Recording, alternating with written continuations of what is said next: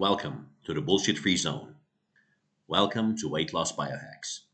In this video, we'll talk about the strategic use of protein for maximum weight loss. More specifically, we will cover the following topics. We will first of all, once again, underline the power of lean protein and how it can greatly help you. We will then talk about various high-protein, convenient foods that you can add to your diet to make your life easier. The first one is going to be the mighty canned tuna. Then we will explain the use of various cheese products available all around the world. We will then talk about the special place of egg whites in your diet. We will then explain whether the more conventional protein sources such as beef, chicken, pork, and fish can be used and some of their shortcomings. And at this point, you'll be wondering, why not simply use protein powder? And we will thus explain the pros and cons of protein powder. We will then introduce you to a protein that you may not have used before, which is casein protein, and conclude with cold cuts, which too can come in handy provided that you pick the right type. All right, so let's recap quickly what we have spoken about in the previous video. We said the basic mechanism of weight loss is calories in versus calories out. And we said in order to make sure that you can stick to a diet, it has to be one involving minimal intervention. It would have to require as little a change in your lifestyle as possible so as to make it easy to stick to. We have then outlined strategies that have been proven to work, and we've explained how the use of lean protein plays a vital role in all of the weight loss strategies. For example, you can skip one meal every day, or if skipping a meal entirely is a little bit too difficult, you can make that a protein-only meal. You can, as part of another strategy, fast or eat very little on 1 or 2 days a week. In order to make those days a little bit easier to bear, you can make those protein-only days as well, or consume primarily protein and as little else as possible. Another very, very simple strategy, perhaps the easiest weight loss strategy, is to simply add protein to all or to most meals and let that protein reduce your excess appetite, and you will thereafter naturally eat less without trying. The challenge in all of these is not to consume too much carbs or fats with the protein. Let me explain. A fatty protein source is easy to eat. For example, fried chicken wings or fried piece of chicken, whichever part of chicken is coming from, such as chicken McNuggets, is easy to eat, but that's very high in calories because in addition to protein, it tends to have more fat than protein. A nice piece of steak, which almost always is a very fatty steak, and you can make it even fattier by preparing it in butter, is easy to eat, but that's not a pure protein source. You cannot eat either of these two and then proceed to eat a normal meal. That will just be too many calories. What we're looking to do is find a food that's almost pure protein. It'll almost certainly be a bland piece of food, but we can then modify it in controlled fashion to make it taste a little bit better, to make it a little bit more bearable. Since, well, what we're starting with as a base has very little calories, because remember, it'll be mostly protein and contain almost nothing else, we have a lot of room to play around with, and we can add a little bit something on top to make it a little bit more palatable. Still, it will not be a very delicious food. Still, it will require some effort to consume that piece of food, but here's the good news. You will not subsist purely on these things. You will, after eating these, consume regular foods, consume a regular meal immediately thereafter, or maybe the next day. You will not purely 24/7 live on these bland, pure protein type of foods. I mean, I do understand that for some people this is a financial burden. Again, if you're living in one of the more affluent countries on earth, you're probably thinking, I mean, how can it be not affordable to eat chicken or fish? These are fairly affordable things, but trust me, it's not like that everywhere on earth. I can relate, I've been there, but we're going to list a lot of versatile products, and at the very least, there will be a compromise solution for you, I believe. So let's go ahead. Superstar number one, and possibly the dieter's single best friend, is canned tuna. But you want the one packed in water. It's affordable, it's available all around the world, can go with you anywhere, especially if you're traveling and find it hard to bring food with you. Obviously, you can throw one in your bag and it'll last there forever. You can, go ahead and crack the can open whenever you need to. It doesn't spoil. So it's absolutely a traveler's best friend. You definitely should get the one packed in water and not the one packed in oil. If you must, for whatever reason, get the one packed in oil, you must absolutely drain all the oil, but that's not enough. You must then use the lid or some other instrument to press down and to really push all of the oil out of it. Trust me, you're much better off getting the one packed in water. I know it's bland, I know it's not going to taste good, but as long as you get the one in water, you have some room to play around with because the base product that you got at hand is very low in calories. So you can add any sauce, spice, condiment within reason to make it taste good. You can add mustard, you can add a small amount of low fat mayonnaise, you can add ketchup, you can slice some pickles on it. Some people go ahead and add a little bit of pasta sauce, ready made pasta sauce. Whatever you can add to it, provided that it doesn't contribute a significant amount to the calorie content, is absolutely going to work. Instead of this, can I go ahead and buy a lean fish and prepare it at home? Because I can make that taste a whole lot better, maybe with some garlic, with some herbs, spices, lemon, and so on and so forth. Sure, you can, absolutely. Provided that the fish that you're getting is almost as lean as tuna packed in water, you can. But for the vast majority of people, that involves too much effort and setting the bar too high by never wanting to get tuna and always preparing your own fish is going to make it very, very difficult and a fairly burdensome process. But you know what? If you got the time, if you got the logistical resources, and if you believe that you can go ahead and do that, sure, go for it. Superstar number two, low-fat cheese. Now, a variety of low-fat cheeses exist. We're not going to be able to go over all of them because I'm not familiar with all types of cheese all around the world, but I'll give you examples of some of the more common ones, some of the more easily accessible ones. In the US, skim cottage cheese is an excellent and versatile item. Again, it's cheap, it's widely available, and it doesn't really taste too bland, especially if you mix it in with a little something. Get the lowest fat version that you can find and then add taste to it. There are many, many options that are available to you. You can make it palatable with zero added calories by mixing in some cinnamon and some artificial sweetener. If you don't want artificial sweetener, fine. You can sprinkle a very small amount of sugar on top of the cinnamon and eat it that way. If you don't want to use any processed sugar, you can slice some fruit into it. If you're traveling, you don't have access to fresh food, you can always bring a can of peaches, some applesauce, or canned apricots with you. They'll work just fine. Here's a German low-fat cheese. If you ever make it to Germany, do look for this one. It's called Harzer Käse. It looks just like the pictured product in here. It's not a delicacy, but definitely is not too bad. It's a little bit bland. The last two times I traveled to Germany, I did the exact same thing. As soon as I checked into a hotel, I went into a nearby supermarket and got some of these and also some sugar-free jam. And I sliced these and dipped them into the jam. Just a little bit of jam on top, sugar-free jam, makes them taste absolutely fine.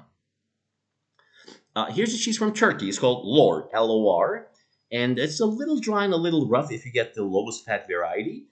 So spooning it is going to really, get stuck in your throat. But mix it with some yogurt and add some fruit, and you got the poor man's superfood already. I don't know if they have it in Italy because they tend to produce low-fat versions of just about any food in the United States. Even though it's in Italian cheese, the Italians may not have the very low-fat version of this. But the famous Italian ricotta, provided that you get the low-fat version, can work. It's not ideal because it never has as low-fat as some of the other cheeses we've spoken about. But it will work. If you're getting this or any other low-fat cheese, check the label, and ideally, you won't want the protein content to be at least 3 times as much as fat. If it's got, for example, 5 grams of fat per serving, you want to see at least 15 grams of protein in there. By the way, here's a note of caution. Just about all the cheese in the world is rich in calcium, and calcium is a big benefit in weight loss. Calcium, as many research studies show, will suppress your appetite and accelerate the fat burning process. It definitely is one of the good things to add to your diet. However, if you overconsume calcium, it may lead to cramping. Especially if you're taking supplemental calcium and then add cheese, chances are you're going to wind up getting too much. If you have cramping starting just around the time as you're adding more cheese or more protein powder to your diet, chances are it's not a coincidence.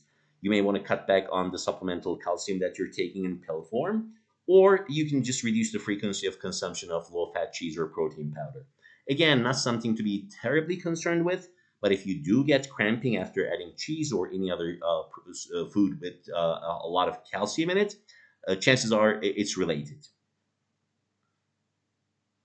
Superstar number three, egg whites. Now, egg whites are absolutely special. They possibly are the most filling product on earth on a per calorie basis. What I simply mean is one egg white, we're talking about an egg with the yolk removed, definitely not including the yolk in there. One pure egg white has approximately 3 grams of protein, and that would come out to 12 calories. If you were not suggesting that you go ahead and do that, I know it's a tough thing to do, but if you were to eat 10 of those, it would give you 120 grams of 120 calories, and 10 egg whites are especially filling. I mean, they'll sit in your stomach as if you've eaten a huge amount of food, even though you've gotten only 120 calories. And there is pretty much nothing else on earth that will fill you up this much with just 120 calories. Now, how to consume egg whites? If you can just boil eggs, peel them, and remove the yolks and simply down the egg whites, that is, an excellent thing to do. But I understand they're really, really bland, and this may be a little bit difficult to do. So start with 5 to 7 egg whites. You can make an omelet with them. They can just be boiled eggs, and see how many yolks you need to add to make it passable, to make it palatable. If you're making an omelet with 5 to 7 egg whites, can you go ahead and add just one yolk and maybe some vegetables and some tomatoes and whatnot and make it palatable? If not, how about 1.5? You don't really want to go much beyond that. If you can do that, consume 5 to 7 egg whites with only 1 or 1.5 yolks, you got an excellent, excellent diet food, possibly the best diet food ever. By the way, if all of the above sounds a little bit too hardcore, if you're watching this video for, future application and you're not exactly yet ready in order to take some of the big steps in here, here's a very, very simple idea. Do absolutely nothing in the way of dieting or exercise, but just keep some boiled eggs in your fridge. And before your major meals, eat 1 or 2 egg whites. Done, nothing else. That alone can result in a small amount of weight loss. Just eat 1 or 2 egg whites and then proceed to eat your normal meals. The addition of egg whites, especially if it's happening right before your meal, not in the middle of your meal, is going to reduce your appetite, and possibly that should be enough to lose a little bit of weight. Give it a try. By the way, let's get one thing straight here. As you hear me talk about, having to remove the yolks, you may think I'm a dinosaur and I'm stuck back in the 1950s and 60s thinking that yolks are going to up your cholesterol and give you a heart attack. No, that's not what we're talking about here. Yolks are a very fatty piece of food, and they're very easy to overeat, and they'll contribute significantly to your caloric intake. We're not talking about the effect of egg yolks on your cholesterol, on your lipids. That's a different discussion altogether, and it may not be as straightforward as you might assume. But here we're strictly talking about calories. So I'm not a dinosaur, just FYI. Can you overdo egg whites? Can you wind up consuming too many of them? Well, you could. It's possible in theory, but not at all an easy thing to do because they're so very filling. If you end up overdoing egg whites, you may end up with a biotin deficiency.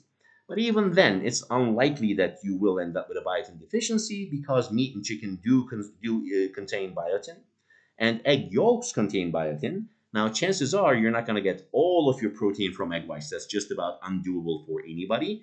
You will throw some meat and chicken in there occasionally, and probably you will throw in a yolk here and there, and you should be good to go. But just one thing to keep in mind: if your consumption of meat and chicken is really low, and if you never include any yolks and do eat a significant amount of egg whites, you might end up with a biotin deficiency. And needless to say, egg whites have albumin. If you happen to be allergic to albumin, you surely would know by now. Just make sure you're not allergic to egg whites if you're going to add them to your diet. Now, how about the more conventional sources of protein? I mean, when people say protein, you probably think of, beef, chicken, pork, fish. Why not just include them? Well, they can work, but they tend to be not very lean. Read the labels. You want at least a 3 to 1 or ideally a 4 to 1 ratio of protein to fat. As mentioned before, if the amount that you're going to eat of the above has like 5 grams of fat, you want to see at least 15 grams of protein in there. If you go for 3 to 1 as opposed to 4 to 1, if the food that you're going to eat as your lean protein source has 30 grams of protein but also 10 grams of fat, that's fine, but you're right at the limit. This leaves no room for added sauces, dressings, etc., so you cannot really afford to add any more calories to make it tastier. So, if the food already has 30 grams of protein, 10 grams of fat, you got to eat it as is. Or you can go for something lower in fat, more bland, and add tasteners to it. Here's what I'm talking about. You can either go for grilled skinless chicken breast and put some low-fat mayonnaise or some, a little small amount of butter or olive oil on top, a small amount, because you can afford to. Grilled skinless chicken breast is very low in fat. Or you can go for chicken thighs. It's misspelled, by the way. It says chicken side. It should have read chicken thighs. That you gotta eat plain because it already has the additional fat that you would be adding in the previous option. It is already fatty naturally, so you cannot afford to put additional low-fat mayonnaise on top. That you gotta eat on its own. You can obviously add, lemon juice, grilled tomatoes, stuff that just about doesn't have any calories at all. So at the end of the day, you got to choose between something that's more like option A or something that's more like option B. Something that's already very low in fat, which you can then take and afford to add some fatty stuff on top, or you can choose something that's a little bit higher in fat and consequently tastier and eat it as is.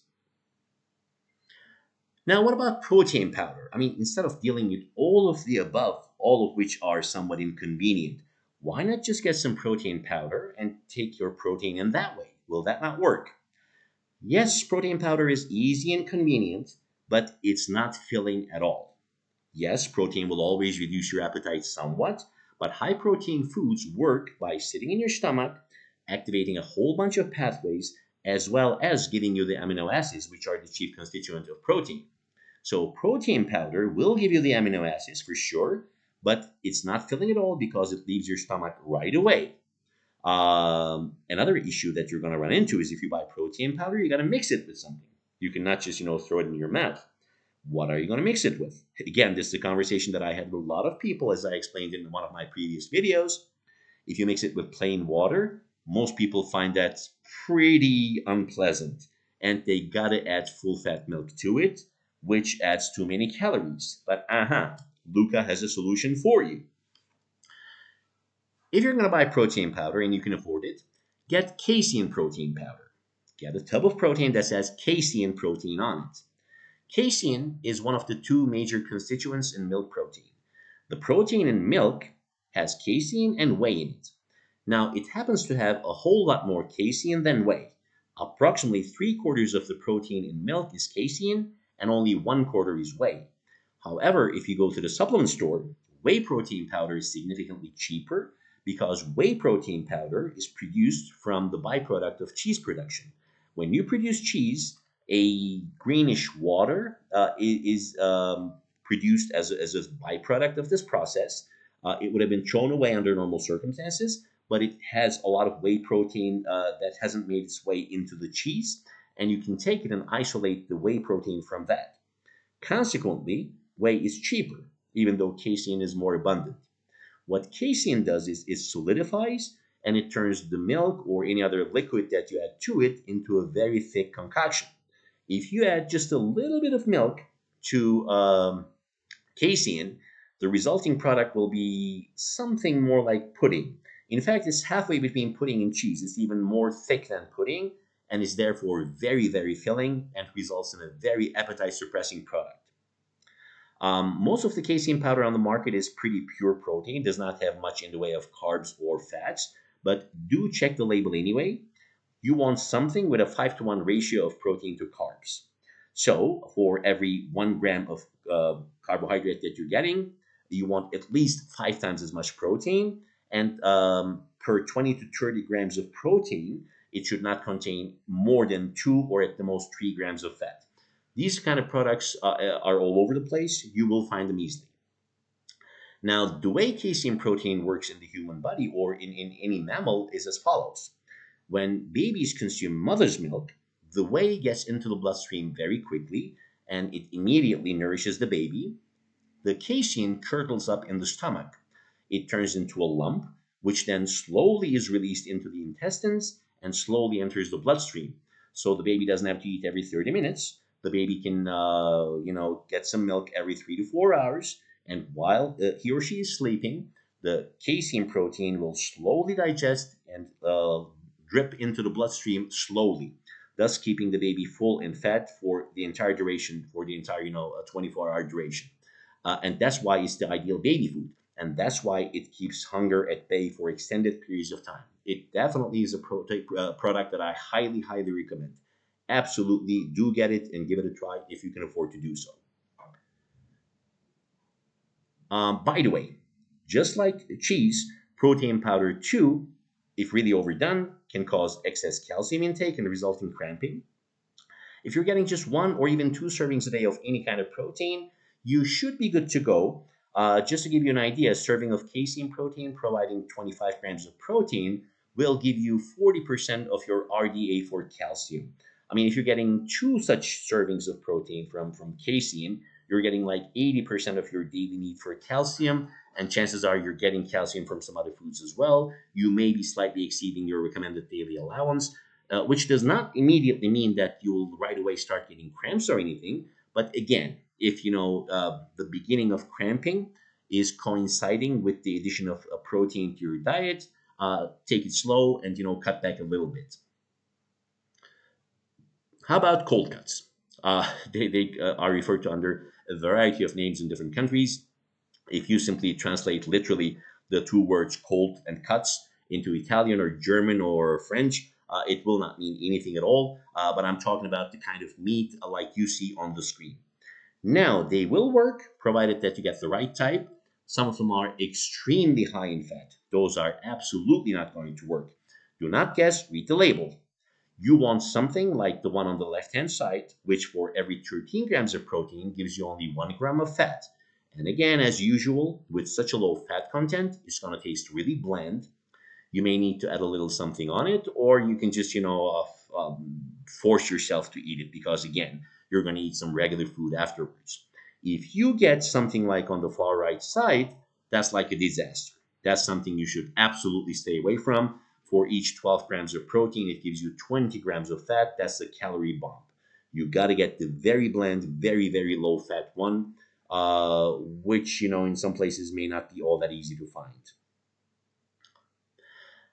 By the way, could you end up taking in too much protein? Now, it's very, very hard, in fact, just about impossible to overconsume protein. Provided that you do not have a medical condition, it's not something you need to worry about. Even 200 grams of protein, which corresponds to like 7 good servings of high protein foods over the course of a 24-hour period, and that's difficult to do already, is exceptionally safe unless you have a pre existing health condition. People trying to build muscle have been doing that for decades. It's been studied ad nauseum, and it has been proven to be absolutely very safe. By the way, a lot of athletes were worried up until recently about consuming too much protein in one sitting.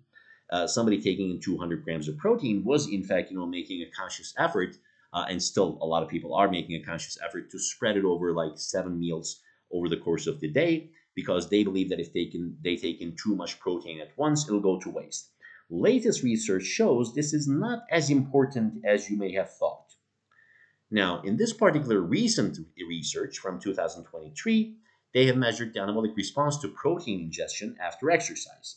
So, after people worked out, they gave either 25 or 100 grams of protein in one sitting, and the 100 grams of protein resulted in greater and more prolonged anabolic response when compared to the ingestion of 25 grams of protein, to quote the study. So you may find this, very normal and expected, but that's not what athletes were thinking.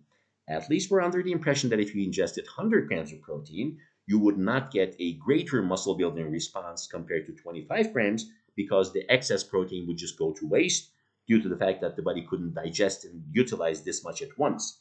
This research shows that's not at all the case, and basically the title says protein has no upper limit in magnitude and duration in terms of its muscle building potential. They conclude by saying These findings demonstrate that the magnitude and duration of the anabolic response to protein ingestion is not restricted and has previously been underestimated in vivo in humans. This is not necessarily, super important for the dieter anyway. But if for whatever reason you enjoy or have to or find yourself eating a large amount of protein in one sitting, rest assured that it's not going to waste or anything. Now, one potential pitfall with excess protein consumption, with high intakes of protein, is constipation.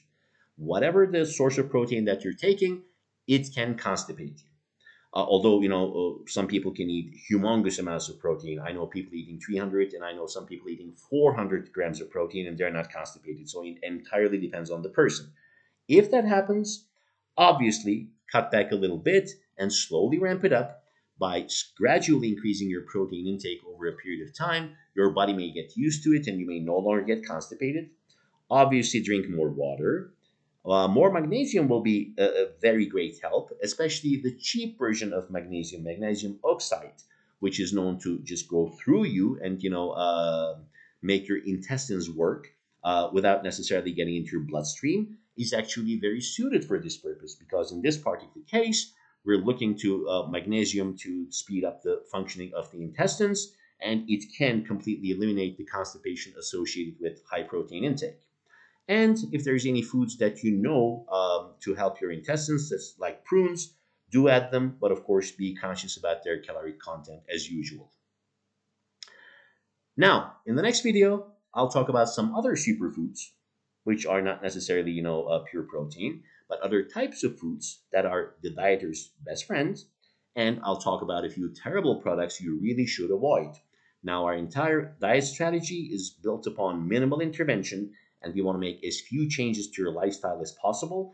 But there's a handful of foods which really are absolutely terrible, and you really should try and avoid them if they presently happen to be in your diet. Thank you, and see you in the next video.